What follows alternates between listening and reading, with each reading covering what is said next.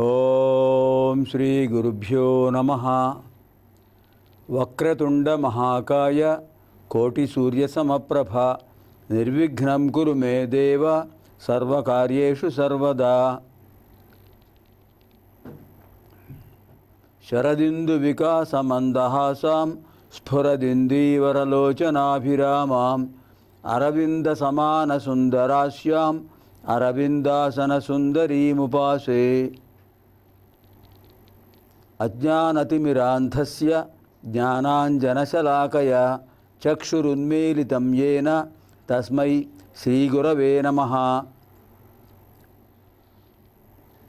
వ్యాసం వసిష్ఠనప్తారం శక్తేః పౌత్రమకల్మషం పరాశరాత్మజం వందే శుకతాతం తపోనిధిం. శృతిస్మృతిపురాణానాం ఆలయం కరుణాలయం నమామి భగవత్పాదం శంకరం లోకశంకరం. నారాయణం నమస్కృత్య నరం చైవ నరోత్తమం దేవీం సరస్వతీం వ్యాసం తతో జయముదీరయేత్. అష్టాదశ పురాణేషు వ్యాసస్య వచనద్వయం పరోపకారః పుణ్యాయ పాపాయ పరపీడనం. మద్వయం భద్వయం చైవ భ్రత్రయం వచతుష్టయం అనాపలింగకూస్కాని పురాణాని పృథక్ పృథక్. ఓం ప్రసార మాధ్యమ ద్వారా ప్రసారీభూత అష్టాదశ మహాపురాణాంతర్గత శ్రీ మార్కండేయ మహాపురాణ ప్రవచన కార్యక్రమాయ సర్వేభ్యః సందర్శక మహాశయేభ్యః సంస్కృత భాషా జిజ్ఞాసుభ్యశ్చ శుభస్వాగతం. కేయూరాణి న భూషయంతి పురుషం హారా న చంద్రోజ్వలాః న స్నానం న విలేపనం న కుసుమం నాలంకృతా మూర్ధజాః. వాణ్యేకా సమలంకరోతి పురుషం యా సంస్కృతా ధార్యతే క్షీయంతేఖిలభూషణాని సతతం వాగ్భూషణం భూషణం. పఠామి సంస్కృతం నిత్యం వదామి సంస్కృతం సదా ధ్యాయామి సంస్కృతం సమ్యక్ వందే సంస్కృతమాతరం. సంస్కృతస్య ప్రసారాయ నైజం సర్వం దదామ్యహం సంస్కృతస్య సదా భక్తః వందే సంస్కృతమాతరం. సంస్కృతస్య కృతే జీవన్ సంస్కృతస్య కృతే యజన్ ఆత్మానమాహుతం మన్యే వందే సంస్కృతమాతరం. పాణినిం సూత్రకారం చ భాష్యకారం పతంజలిం వాక్యకారం వరరుచిం ప్రణతోస్మి మునిత్రయం. నృత్తావసానే నటరాజరాజః ననాదఢక్కాం నవపంచవారం ఉద్ధర్తుకామः సనకాదిసిద్ధాన్ ఏతద్విమర్శే శివసూత్రజాలం. హ్యః కార్యక్రమే అలర్కస్య దత్తాత్రేయస్వామినా ఉపదిష్టాः ధార్మికాంశాः విదితాः తథైవ యోగశాస్త్రవిషయాశ్చ అధీతాः. అద్య తత్పరిశిష్టాంశాः అధ్యేతవ్యాः. నిన్నటి రోజు కార్యక్రమంలో దత్తాత్రేయ స్వామి వారు అలర్కుడికి బోధించినటువంటి ధార్మికాంశాలు యోగశాస్త్ర విషయాలు తెలుసుకున్నాం. ఇవాళ మిగిలినటువంటి విషయాలు తెలుసుకుందాం.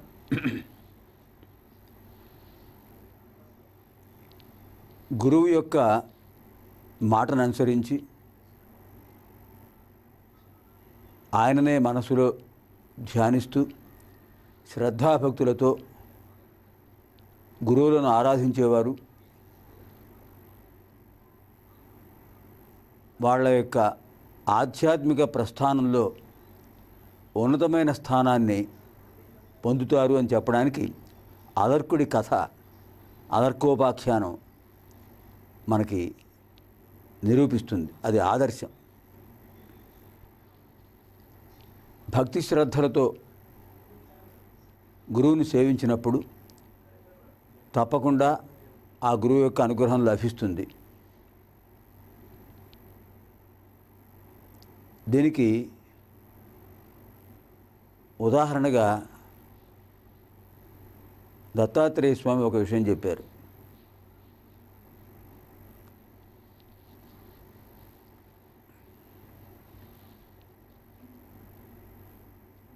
మార్కండేయుడు, మనకి మార్కండేయ మహాపురాణం వారి వల్లనే కొనసాగుతుంది కనుక వారిని గురించి దత్తాత్రేయ స్వామి చెప్పారు. మృకండస్య పుత్ర మార్కండేయ, మృకండు అనే మహర్షి యొక్క కుమారుడు కనుక మార్కండేయ అని పేరు వచ్చింది. మార్కండేయుడు అల్పాయుర్దాయం కలవాడు అని తెలిసినప్పటికీ కూడా అతన్ని ఒక మంచి మార్గంలో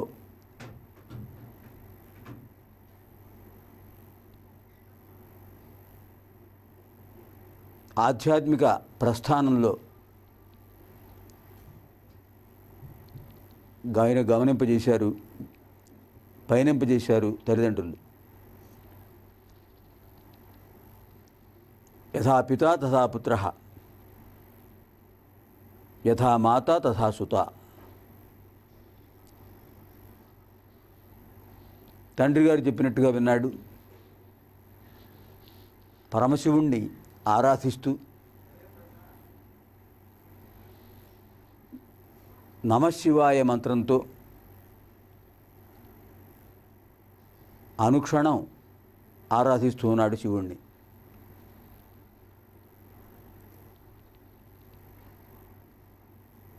సప్తమహర్షులు వచ్చారు. మృకండు మహర్షిని దీవించారు. మృకండు మహర్షి ఆయన భార్య తమ కుమారుణ్ణి వారికి నమస్కారం చేయమన్నారు. వెంటనే భక్తి శ్రద్ధలతో మార్కండేయుడు పసివాడు సప్తమహర్షులకు ప్రదక్షిణ నమస్కారాలు చేసి సాష్టాంగ నమస్కారం చేశాడు. ఉరసా శిరసా దృష్ట్యా మనసా వచసా తథా పద్భ్యాం కరాభ్యాం కర్ణాభ్యాం ప్రణామో అష్టాంగ ఉచ్యతే అన్నట్టుగా సాష్టాంగ దండ ప్రణామం చేసి చతుస్సాగర పర్యంతం మార్కండేయ అహంభో అభివాదయే అన్నాడు. వారు చాలా ఆనందించారు. పసివాడు చిన్న వయస్సులో ఇటువంటి గురుభక్తి కలిగినవాడు గనక ఆయుష్మాన్ భవ చిరంజీవతు భవాన్ అని అందరూ ఏకగ్రీవంగా దీవించారు. మృకండు మహర్షికి చాలా ఆనందం కలిగింది. కారణం ఏమిటి? దీవించిన వాళ్ళు సామాన్యులా? సప్తమహర్షులు, పార్వతీ పరమేశ్వరుల పరిణయం చేసిన మహానుభావులు వాళ్ళు, సామాన్యులు కాదు. పరమేశ్వరుడు పార్వతీదేవిని వివాహం చేసుకోవడం కోసం సప్తమహర్షులను తన దగ్గరికి పిలిపించుకొని, మహానుభావులారా, మీరు హిమవంతుడి దగ్గరికి వెళ్ళి వివాహం జరిగేటట్టుగా చూడండి, మీరే పెళ్లి పెద్దలు అని అరుంధతి సహితుడైన వశిష్ఠుడితో సహా సప్తమహర్షులను పంపించాడు. ఎందుకంటే పెళ్లి విషయాలు మాట్లాడడానికి ఒక మహిళ కూడా ఉండాలి కనుక, పుణ్యస్త్రీ ఉండాలి కనుక, ఆ పుణ్యదంపతులు అరుంధతి వశిష్ఠులు. అరుంధతి సామాన్యురాలా? దేవహూతి కర్దమ ప్రజాపతి అనే పుణ్యదంపతుల కుమార్తె. వారి కుమార్తెలు అందరూ కూడా విశేషమైనటువంటి పుణ్యస్త్రీలే. అనసూయాదేవి అత్రి మహాముని భార్య దత్తాత్రేయ స్వామి వారి తల్లి ఆ పుణ్యదంపతుల కుమార్తె. ఇవిడు కూడా అంతే, అరుంధతీదేవి. అరుంధతీదేవితో కలిసి 7 ఋషులు, అంటే 8 మంది ఓషధీప్రస్థం చేరుకున్నారు. ఓషధీప్రస్థం హిమవంతుడి యొక్క రాజధాని. హిమవంతుడి భార్య మేనాదేవి. ఆ మేనా హిమవంతులకు ఒక కుమారుడు, ఒక కుమార్తె. కుమారుడి పేరు మైనాక, కుమార్తె పేరు హైమవతి. హిమవత అపత్యం స్త్రీ హైమవతి, పర్వతస్య అపత్యం స్త్రీ పార్వతి. ఇలా 2 పేర్లు వచ్చాయి. మేనాయా అపత్యం పుమాన్ మైనాక. తల్లి పోలికలు గల కుమారుడు, తండ్రి పోలికలు గల కుమార్తె జీవితంలో ఉన్నత స్థానం పొంది పరమపదం చేరతారు అని సాముద్రిక శాస్త్రం చెబుతోంది. తండ్రి ఎంత ఉన్నతమైన వాడు, గంభీరుడు, అంత ఔన్నత్యం, అంత గాంభీర్యం కలది హైమవతి దేవి కనుక తండ్రి పేరును బట్టి హైమవతి, పార్వతి అని పేర్లు వచ్చాయి. తల్లి ఎంత మృదుస్వభావురాలు, ఎంత సహనశీలియో, అటువంటి భావాలు, అటువంటి లక్షణాలు తల్లి పోలికలతో జన్మించాడు కనుక మేనాయ అపత్యం పుమాన్ మైనాక. అది వారి గొప్పతనం. మైనాకుడు సామాన్యుడా? సుందరకాండలో మైనాకుడి విశేషం మనకు తెలుస్తుంది. రామాయణంలో వాల్మీకి మహర్షి అద్భుతంగా వర్ణించాడు ఆదికావ్యం రామాయణంలో. శతయోజన విస్తీర్ణ సాగరాన్ని దాటుతూ రామబాణంలాగా వెళ్ళి పని పూర్తి చేసుకుని వస్తాను, మధ్యలో ఎక్కడ ఆగను అని చెప్పిన ఆంజనేయ స్వామి మహేంద్రగిరి నుంచి ఒక్కసారి ఎగిరి బయలుదేరాడు.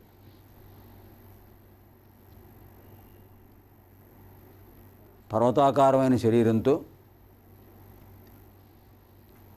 30 యోజనాల పొడవు, 10 యోజనాల వెడల్పు ఉందిట ఆయన ఛాయ. అంటే దాన్ని బట్టి ఆయన ఎంత అద్భుతమైన అధికమైన పరిమాణంతో ఉన్నాడో మనకు తెలుస్తుంది. అలా వెడుతున్నాడు ఆయన. వెడుతుంటే మధ్యలో పర్వతం అడ్డొచ్చింది, బంగారు శిఖరాలతో మెరిసిపోతోంది. అందులో సూర్యకిరణాలు.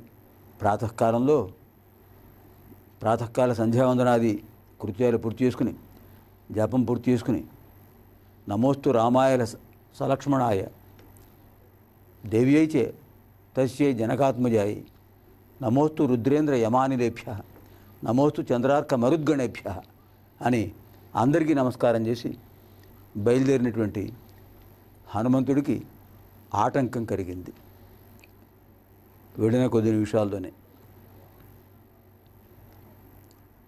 అడ్డొచ్చేసింది.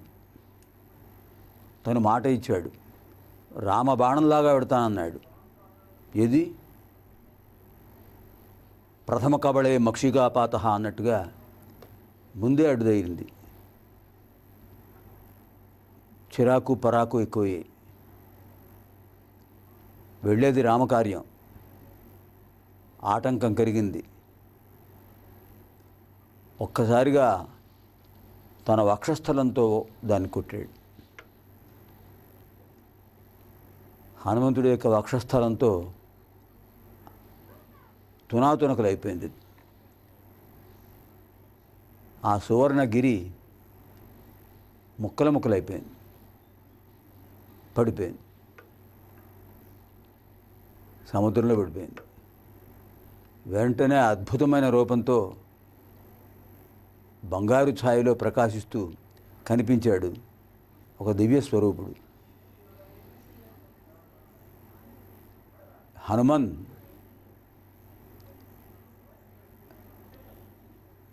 అహం మైనాకః హిమవతః పుత్రః. ఓ హనుమా, నేను మైనాకుణ్ణి, హిమవంతుడి కుమారుణ్ణి. సాగర గర్భంలో ఉంటాను నేను. శ్రీరామ కార్యార్థం నువ్వు పెడుతున్నావు. నీకు ఆతిథ్యం ఇమ్మని నన్ను పంపించాడు సాగరుడు. సూర్యవంశ క్షత్రియుల్లో పేరు పొందినవాడు సగరుడు. ఆ సగర చక్రవర్తి యొక్క కుమారులు 60,000 మంది. వారి వల్ల ఏర్పడిందే సాగరం. దానికి అధిదేవత సాగరుడు. అందుచేత తన వంశంలో ఆవిర్భవించినటువంటి శ్రీమన్నారాయణుడి యొక్క స్వరూపం శ్రీరాముడు. ఆ శ్రీరాముడి యొక్క పని కోసం వెడుతున్నావు కనుక నీకు ఆతిథ్యం ఇచ్చి నేను ఆనందింపచేయాలనే ఉద్దేశంతో నన్ను పంపించాడు. నేను నా శిఖరంతో పైకి వచ్చాను. నువ్వు చాలా వేగంగా పెడుతూ ఆటంకం కలిగిన ఉద్దేశంతో నన్ను అడ్డు తొలగించుకోవడానికి ప్రయత్నించావు. చాలా సంతోషం. నీ పరాక్రమం ఎటువంటిదో నాకు తెలుసు. పైగా నేను నీకు ఆతిథ్యం ఇవ్వాలని అనుకోవడంలో సగరుడి మాటే కాదు, నాకు కూడా అభిప్రాయం చాలా సంతోషకరం. నీకు ఆతిథ్యం ఇవ్వడం నాకు ఆనందం. కారణం ఏంటంటే నీ తండ్రి వాయుదేవుడు నాకు ఆప్తుడు, ఎంతో ఉపకారం చేసినవాడు, ప్రాణదాత, నన్ను రక్షించినవాడు. అలాంటి మహానుభావుడి యొక్క కుమారుడివి నిన్ను సత్కరించకపోతే నా జన్మ ధన్యం కాదు. అందుచేత నిన్ను అడుగుతున్నాను, ఒక్క క్షణం ఆతిథ్యం స్వీకరించి వెళ్ళు అని అంటే అప్పుడు హనుమంతుడు మందహాసంతో, మైనాక నేను చాలా అనుగ్రహించాను, నాకు చాలా సంతోషం. సాగరుడికి కూడా చెప్పు, ఇప్పుడు నేను రామకార్యార్థనే వెడుతున్నాను. పని పూర్తయ్యే వరకు నేను ఆగను ఎక్కడ. సీతామ్మవారిని చూసిన తర్వాత, ఆమె దర్శనం అయిన తర్వాత వచ్చేటప్పుడు నేను ఆతిథ్యం స్వీకరించడానికి ప్రయత్నం చేస్తాను.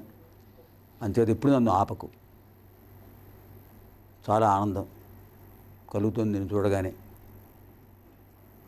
అని అనగానే అప్పుడు చెప్తాడు మైనాకుడు, వాయుదేవుడు తనకు ఏ విధంగా ఉపకారం చేసిన విషయం అప్పుడు హనుమంతుడితో చెప్తాడు, పవనపుత్రుడితో చెప్తాడు. ఒకప్పుడు పర్వతాలకు రెక్కలుండేవి.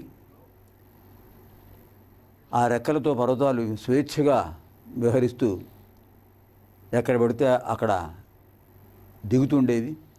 ఆ దిగటంలో కింద మానవులు, మానవేతర జీవులు అందరూ కూడా బాధపడుతుండేవాళ్ళు. అందరూ కలిసి ఇంద్రుడిని ప్రార్థించారు. అప్పుడు ఇంద్రుడు పర్వతాల రెక్కలు విరగ్గొట్టాలనే ఉద్దేశంతో వజ్రాయుధం తీసుకున్నాడు. కులపర్వతాల దగ్గరికి వెడుతూ రెక్కలు విరగ్గొడుతూ వచ్చాడు. నా దాకా వచ్చేటప్పటికి నాకు చాలా భయం కలిగింది. అప్పుడు వాయుదేవుడు వెంటనే ఒక్కసారిగా నన్ను వేగంగా తీసుకువెళ్ళి సాగర గర్భంలో పడేశాడు. ఆ విధంగా నన్ను రక్షించాడు నీ తండ్రి. అటువంటి ఉపకారం చేసిన పవనుడు యొక్క కుమారుడు గనక నీకు ఆతిథ్యం ఇవ్వాలనుకున్నాను. సరే, నువ్వు చెప్తున్నావు కదా, రామకార్యార్థమే వెళుతున్నావు కనుక శుభం భవతు, మనోవాంఛా పరిశుద్ధిరస్తు అని చెప్పేట మైనాకుడు. అటువంటి వాడు మైనాకుడు. సప్తమహర్షులు ఓషధీ ప్రస్థం చేరారు. చేరిన తర్వాత అందరూ వాళ్ళ తరఫున అంగిరసుడిని మాట్లాడమన్నారు. ఉన్నవాళ్ళల్లో బాగా మాట్లాడడంలో నేర్పరి, అవతల వాళ్లకు నచ్చే విధంగా, వాళ్ళు మెచ్చే విధంగా వాగ్ధాటి కలిగిన మహానుభావుడు కనుక ఆయనే మాట్లాడమని చెప్పారు అందరూను. సప్తమహర్షులు అందరి తరఫున అంగిరసుడు ముందుకొచ్చాడు. అంతమంది మహానుభావులు ఎంత తపస్సు చేసినా దర్శనం ఇవ్వని వాళ్ళు, కోరినా రానివాళ్ళు తన దగ్గరికి వచ్చి ఆతిథ్యం స్వీకరించడానికి సిద్ధంగా ఉన్నారంటే అంతకంటే కావాల్సిందే ఉంది అని హేమవంతుడు పొంగిపోయాడు. భార్య మేనాదేవిని పిలిచాడు. కుమార్తె హైమవతిని రమ్మన్నాడు. అందరూ కలిసి వచ్చి సప్తమహర్షులకు సాష్టాంగ నమస్కారాలు చేశారు. హేమవంతుడు సాష్టాంగ నమస్కారం చేసి ప్రదక్షిణ నమస్కారాలు చేసి వారి అందరినీ ఉచితమైన ఆసనాల మీద కూర్చోబెట్టాడు. మహానుభావులారా, ఊరకరారు మహాత్ములు, ఆజ్ఞాపించండి. కిమహం కరోమి, కాం సేవాం కరోమి అని అడిగట్ట. నేను మీకు చేయవలసిన సేవ ఏమిటి? ఆజ్ఞాపించండి, ఆజ్ఞాపయితు భవంతః అని అడిగాడు. అప్పుడు అందరి తరఫున అంగీరసుడు చెప్పాడు, దీర్ఘాయుష్మాన్ భవ, ధర్మపత్ని సహిత, సుపుత్రీ సహిత, ఆయురారోగ్య ఐశ్వర్యవాన్ భవతు అని ఆశీర్వదించి వాళ్ళు కూర్చున్నాక అప్పుడు విషయం చెప్పారట. ఉమావధూర్భవాన్ దాత యాచితార ఇమే వయం, వరశంభురలం హేషః త్వత్కులోద్భూతయే విధి అని చెప్పారు. కుమార సంభవం అనే మహాకావ్యంలో కాళిదాస మహాకవి చెప్పిన శ్లోకం ఇది. సంస్కృత భాషలో పంచమహాకావ్యాల్లో రెండవ మహాకావ్యం కుమార సంభవం. మొదటిది రఘువంశ మహాకావ్యం. 19 సర్గల్లో ఆ మహానుభావుడు కాళిదాస మహాకవి సూర్యవంశంలో రాజులందరినీ కూడా 21 తరాలు వర్ణించాడు. సూర్యుడు యొక్క కుమారుడు వైవస్వత మనువు దగ్గర నుంచి సూర్యవంశంలో చివరి రాజు, చివరివాడు అగ్నివర్ణుడి వరకు కూడా ఆ రాజులందరినీ గురించి వర్ణిస్తూ ముఖ్యమైన వాళ్ళని గురించి బాగా వర్ణించాడు. అలా ఆయన వర్ణించిన వాళ్ళల్లో దిలీపుడు, రఘుమహారాజు, అజమహారాజు, దశరథుడు, రామలక్ష్మణ భరతశత్రుఘ్నుడు, వారి సంతానం, వారి తర్వాత వారు, ఇలా వర్ణించుకుంటూ వచ్చాడు. అది 19 సర్గల, సర్గ అంటే అధ్యాయం, 19 సర్గలు కలిగిన మహాకావ్యం రఘువంశ మహాకావ్యం. రెండవ మహాకావ్యం కుమార సంభవం. కుమారస్వామి యొక్క జననం ఇతివృత్తంగా ఆయన వర్ణించాడు. పార్వతీ పరమేశ్వర పరిణయం, కుమారుని యొక్క సంభవం, ఇది ఇతివృత్తంగా ఆయన 17 సర్గలతో మహాకావ్యం రచించాడు. ఈ రెండు ఆయనకు కలిగించిన కీర్తి ప్రతిష్టలు సామాన్యమే కావు. వాల్మీకి, వ్యాస, కాళిదాసాదులు అనే పరంపరలో ఆయన చేరిపోయాడు. అయితే విశేషాః ఆగామి కార్యక్రమే అధ్యేతవ్యాః. ఈ విశేషాలు రాబోయే కార్యక్రమంలో అధ్యయనం చేద్దాం. పునర్మిలామః శ్వః. మళ్ళీ కలుసుకుందాం రేపటి రోజున. ఓం అపుత్రాః పుత్రిణః సంతు, పుత్రిణః సంతు పౌత్రిణః, అధనాः సధనాः సంతు, జీవంతు శరదాం శతం, సర్వేత్ర సుఖినః సంతు, సర్వే సంతు నిరామయాః, సర్వే భద్రాణి పశ్యంతు, మా కశ్చిత్ దుఃఖభాగ్ భవేత్. ఓం పూర్ణమదః పూర్ణమిదం పూర్ణాత్ పూర్ణముదచ్యతే పూర్ణస్య పూర్ణమాదాయ పూర్ణమేవావశిష్యతే. సహనా భవతు సహనౌ భునక్తు సహ వీర్యం కరవావహై తేజస్వినావధీతమస్తు మా విద్విషావహై. అసతో మా సద్గమయ తమసో మా జ్యోతిర్గమయ మృత్యోర్మా అమృతం గమయ. ఓం శాంతి శాంతి శాంతి. దివ్యాం భవ్యాం సుబోధాం చ శుద్ధాం అర్థప్రదాయినీం జననీం బహుభాషాణాం వందే గీర్వాణ భారతీం. స్వస్తి.